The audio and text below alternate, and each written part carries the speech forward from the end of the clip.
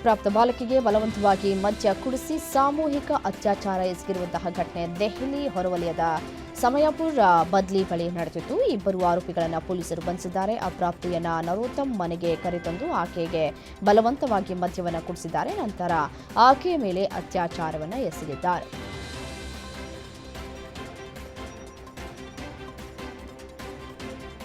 Banaras ಲಖೋ inter city express ರೈಲಿನಲ್ಲಿ ಎರಡು ಗುಂಪುಗಳ ನಡುವೆ ಹೊಡೆದಾಟ ನಡೆದಿದ್ದು ಎಸ್ಎಂನಲ್ಲಿ ವಿಡಿಯೋ ವೈರಲ್ ಆಗಿದೆ.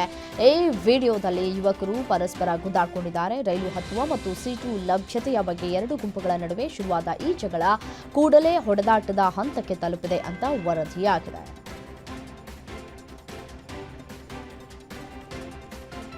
ಥೈಲ್ಯಾಂಡ್ ಕಾಂಬೋಡಿಯಾ ಗಡಿಯಲ್ಲಿ ಮಿಲಿಟರಿ ಘರ್ಷಣೆಗಳು ಮುಂದುವರೆದಿವೆ. ಥೈಲ್ಯಾಂಡ್ ಸೇನೆಯು ಕಾಂಬೋಡಿಯಾ ಗಡಿಯಲ್ಲಿ 9 ಮೀಟರ್ ಎತ್ತರದ ವಿಷ್ಣು ಪ್ರತಿಮೆಯನ್ನು ಕೆಡವಿದ್ದು, ಈ ದೃಶ್ಯಗಳನ್ನು ನೋಡಿದ ನಂತರ ಪ್ರಪಂಚದಾದ್ಯಂತ ನೆಟಿಜನ್ಗಳು ಮತ್ತು ಭಕ್ತರು ತೀವ್ರ ಆಕ್ರೋಶವನ್ನು ವ್ಯಕ್ತಪಡಿಸ್ತಾ ಇದ್ದಾರೆ. ಕಾಂಬೋಡಿಯಾದಲ್ಲಿ ಹಿಂದೂ ನಂಬಿಕೆಯ ಮೇಲೆ ದಾಳಿ ನಡೆದಿದೆ. ಇದು ಪ್ರಪಂಚದಾದ್ಯಂತ ಹಿಂದೂಗಳ ಕೋಪವನ್ನು ಕೆರಳಿಸ್ತಾ ಇದೆ. ಬಾಂಗ್ಲಾದೇಶದಲ್ಲಿ ಹಿಂದೂ ಕ್ರೈಸ್ತರು ಸೇರಿದಂತೆ ಅಲ್ಪಸಂಖ್ಯಾತರ ಮೇಲೆ ನಡೀತಾ ಇರುವಂತಹ ದಾಳಿಗಳು ಅತ್ಯಂತ ಘೋರ ಅಂತ ವಿದೇಶಾಂಗ ಸಚಿವಾಲಯದ ವಕ್ತಾರ ರಣಧೀರ್ ಜೈಸ್ವಾಲ್ ಹೇಳಿದ್ದಾರೆ. ಹಿಂದೂ ಯುವಕನ ಹತ್ಯೆಯನ್ನು ನಾವು ತೀವ್ರವಾಗಿ ಖಂಡಿಸುತ್ತೇವೆ. ಅಪರಾಧಿಗಳಿಗೆ ತಕ್ಕ ಶಿಕ್ಷೆಯಾಗಲಿ ಅಂತ ಭಾವಿಸುತ್ತೇವೆ. ಯುಎನ್ಎಸ್ ಆಡಳಿತಾವಧಿಯಲ್ಲಿ ಅಲ್ಪಸಂಖ್ಯಾತರ ಮೇಲಿನ 2900ಕ್ಕೂ ಹೆಚ್ಚು ದಾಳಿ ಪ್ರಕರಣಗಳು ಈಗಾಗಲೇ ದಾಖಲಾಗಿವೆ.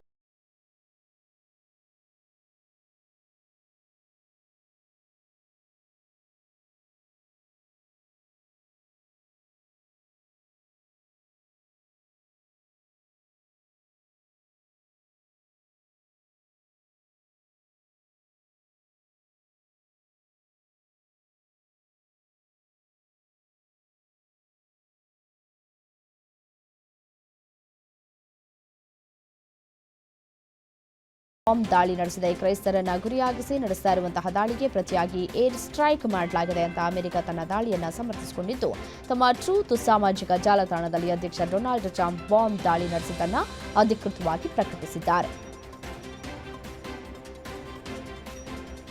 2025 ಭಾರತದ ರಾಷ್ಟ್ರೀಯ ಭದ್ರತಾ ನೀತಿಯಲ್ಲಿ ಐತಿಹಾಸಿಕ ವರ್ಷ. ಪಿಎಂ ಮೋದಿ ನೇತೃತ್ವದಲ್ಲಿ ಭಯೋತ್ಪಾದನೆ ವಿರುದ್ಧ ಕಠಿಣ ನಿರ್ಣಾಯಕ ಕ್ರಮಗಳನ್ನು ಭಾರತ ಅಳವಡಿಸಿಕೊಂಡಿದೆ.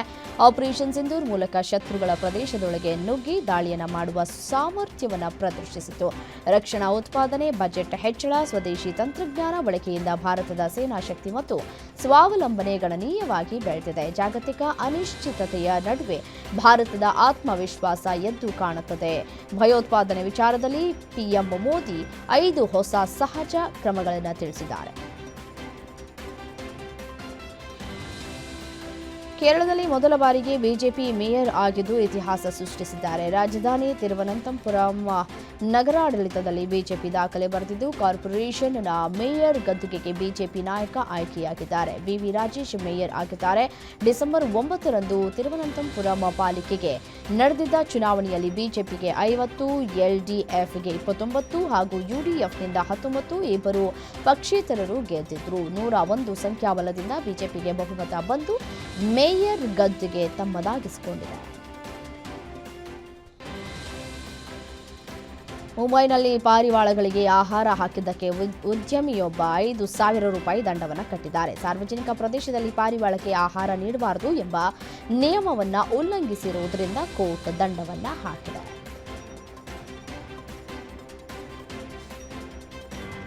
ನಾಳೆ ಕಾರವಾರ ನೌಕಾನೆಲೆಗೆ ರಾಷ್ಟ್ರಪತಿ ದ್ರೌಪದಿ ಮುರ್ಮು ಭೇಟಿಯನ್ನ ಮಾಡಲಿದ್ದಾರೆ. ಈ ವೇಳೆ ಜಲಾಂತರ್ಗಾಮಿ ನೌಕೆಯಲ್ಲಿ ಸಮುದ್ರಯಾನ ಮಾಡಲಿದ್ದಾರೆ. ಈ ಬಗ್ಗೆ ರಾಷ್ಟ್ರಪತಿ ಭವನ ಮಾಹಿತಿಯನ್ನು ನೀಡಿದೆ.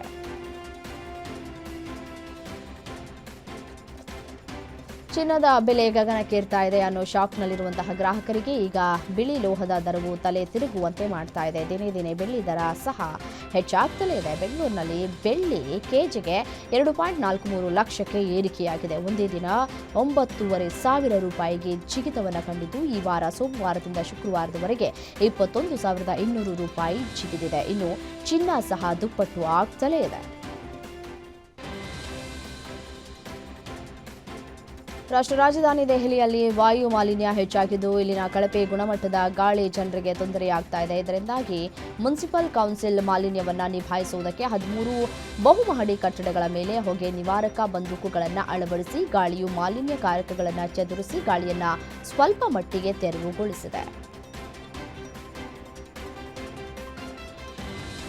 ಪಂಜಾಬ್ನ ಫಿರೋಜ್ಪುರದ ಚಕ್ ತರಣವಾಲಿ ಗ್ರಾಮದ 10 ವರ್ಷದ ಶ್ರವಣ್ ಸಿಂಗ್ ಆಪರೇಷನ್ ಸಿಂಧೂರ್ ಸಮಯದಲ್ಲಿ ಹೆಚ್ಚಿನ ಅಪಾಯದ ಗಡಿ ಪೋಸ್ಟ್ಗಳಲ್ಲಿ ಸೇವಾ ನಿರತರಾಗಿದ್ದ ಸೈನಿಕರಿಗೆ ಚಹಾ, ಲಸ್ಸಿ, ನೀರು ನೀಡುವ ಮೂಲಕ ದೇಶಭಕ್ತಿ ಪ್ರದರ್ಶಿಸಿದ್ದ. ಭಾರತ ಮತ್ತು ಪಾಕಿಸ್ತಾನದ ನಡುವೆ ಗಡಿಯಲ್ಲಿ ದಾಳಿ ನಡೀತಾ ಇರುವುದರಿಂದ ಅದು ಅಪಾಯದ ಸ್ಥಳವಾಗಿದ್ದರೂ ಶ್ರವಣ್ ನಿಸ್ವಾರ್ಥವಾಗಿ ಭಾರತೀಯ ಸೇನಾ ಸಿಬ್ಬಂದಿಗೆ ನೀರು, ಹಾಲು ಮತ್ತು ಚಹಾವನ್ನ ನೀಡ್ತಾ ಇದ್ದ. ಹೀಗಾಗಿ ಆ ಬಾಲಕನ ಧೈರ್ಯ ಮತ್ತು ದೇಶಭಕ್ತಿಯನ್ನ ಮೆಚ್ಚಿ ಆತನಿಗೆ ಪ್ರಧಾನಮಂತ್ರಿ ಬಾಲ ಪುರಸ್ಕಾರವನ್ನು ನೀಡಿದ್ದಾರೆ.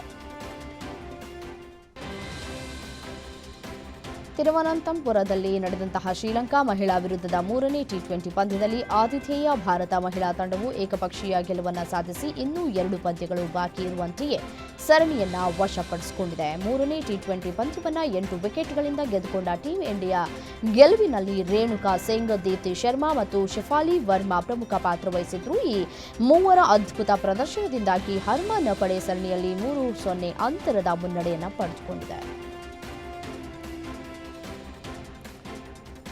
ಯುವ ಕ್ರಿಕೆಟರ್ ವೈಭವ್ ಸೂರ್ಯವಂಶಿ ಪ್ರತಿಷ್ಠಿತ ಪ್ರಶಸ್ತಿಯನ್ನು ಪಡೆದಿದ್ದಾರೆ. ವೀರ ಬಾಲ ದಿವಸ್ ದಿನದಂದು ದೆಹಲಿಯಲ್ಲಿ ನಡೆದ ಸಮಾರಂಭದಲ್ಲಿ ರಾಷ್ಟ್ರಪತಿ ದ್ರೌಪದಿ ಮುರ್ಮು ಅವರಿಂದ ಪ್ರಧಾನಮಂತ್ರಿ ರಾಷ್ಟ್ರೀಯ ಬಾಲ ಪುರಸ್ಕಾರವನ್ನು ಸ್ವೀಕರಿಸಿದ್ದಾರೆ. ಚಿಕ್ಕ ವಯಸ್ಸಿನಲ್ಲಿ ಸಂಸ್ಕೃತಿ, ವಿಜ್ಞಾನ, ತಂತ್ರಜ್ಞಾನ ಮತ್ತು ಕ್ರೀಡೆಗಳಲ್ಲಿ ಅಸಾಧಾರಣ ಪ್ರತಿಭೆಯನ್ನು ತೋರಿಸಿದವರಿಗೆ ಈ ಪ್ರಶಸ್ತಿಯನ್ನು ನೀಡಲಾಗುತ್ತೆ.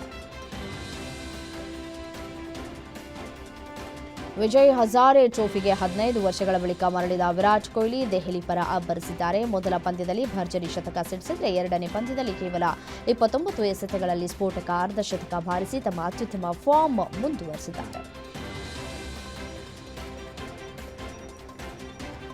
ವಿಜಯ್ ಹಜಾರಾ ಟ್ರೋಫಿ ಪಂದ್ಯದ ವೇಳೆ ಮುಂಬೈನ ಆರಂಭಿಕ ಆಟಗಾರ ಅಂಗ್ರೀಶ್ ರಘುವಂಶಿ ಗಂಭೀರ ಗಾಯಗೊಂಡಿದ್ದಾರೆ. ಫೀಲ್ಡಿಂಗ್ ಮಾಡುವಾಗ ಕ್ಯಾಚ್ ಪಡೆಯುವ ವೇಳೆ ಕೆಳಕ್ಕೆ ಬಿದ್ದಿದ್ದಾರೆ. ಕುತ್ತಿಗೆಗೆ ಬಲವಾಗಿ ಪೆಟ್ಟು ಬಿದ್ದಿದ್ದು ನೋವಿನಿಂದ ಒದ್ದಾಡುತ್ತಾ ಮೈದಾನದಲ್ಲಿ ಕುಸಿದು ಬಿದ್ದಿದ್ದಾರೆ. ವೈದ್ಯಕೀಯ ಸಿಬ್ಬಂದಿ ಕೂಡಲೇ ಅವರನ್ನು ಸ್ಟ್ರೆಚರ್ನಲ್ಲಿ ಕರೆದುಕೊಂಡು ಹೋಗಿದ್ದಾರೆ. ಹತ್ತಿರದ ಆಸ್ಪತ್ರೆಗೆ ದಾಖಲು ಕೂಡ ಮಾಡಲಾಗಿದೆ.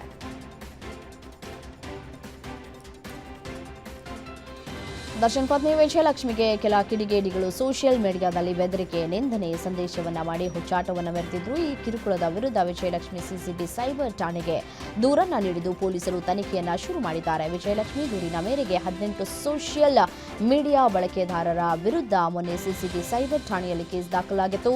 ಇನ್ಸ್ಟಾಗ್ರಾಂ, ಫೇಸ್ಬುಕ್ ಅಕೌಂಟ್ ಮಾಹಿತಿ ನೀಡುವಂತೆ ಮೆಟಾಗೆ ಪತ್ರವನ್ನ ಬರೆದಿದೆ. ಹಾಗೆ 18 ಖಾತೆಗಳಲ್ಲಿ ಅಸಲಿ, ನಕಲಿ ಅಕೌಂಟ್ಗಳ ಪರಿಶೀಲನೆ ನಡೀತಾ ಇದೆ.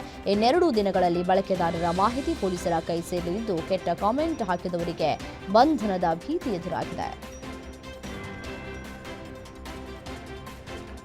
ಶಿವಣ್ಣ, ಉಪೇಂದ್ರ, ರಾಜ್ ಬಿ ಶೆಟ್ಟಿ ನಟಿಸಿರುವ ಸ್ಯಾಂಡಲ್ವುಡ್ನ 45 ಸಿನಿಮಾ ನಿನ್ನೆ ತೆರೆ ಕಂಡಿದ್ದು ಹೌಸ್ಫುಲ್ ಪ್ರದರ್ಶನ ಸಹ ಕಾಣಿಸಿದೆ.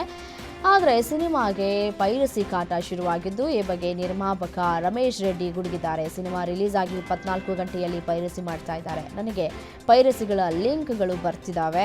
ಪೈರಸಿ ಮಾಡುವವರಿಗೆ ನಾನು ಎಚ್ಚರಿಕೆಯನ್ನು ನೀಡ್ತಾ ಇದ್ದಾನೆ. ಯಾರೇ ಪೈರಸಿ ಮಾಡಿದ್ರೂ ಶಿಕ್ಷೆ ಅನುಭವಿಸಬೇಕಾಗತ್ತೆ ಎಂದಿದ್ದಾರೆ.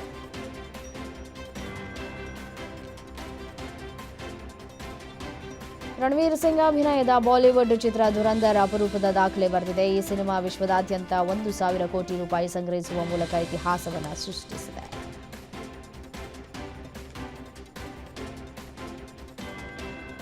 ಗೋಟ್ ಸಿನಿಮಾ ಬಳಿಕ ರಾಜಕೀಯದಲ್ಲೇ ಸದ್ದು ಮಾಡ್ತಾ ಇದ್ದ ನಟ ದಳಪತಿ ವಿಜಯ್ ಈ ವಾರ ಸಿನಿಮಾ ಮೂಲಕ ಸದ್ದು ಮಾಡ್ತಾ ಇದ್ದಾರೆ. ವಿಶೇಷ ಅಂದರೆ ವಿಜಯ್ ನಟನೆಯ ಕೊನೆಯ ಚಿತ್ರ ಎನ್ನಲಾಗ್ತಾ ಇರುವಂತಹ ಜನ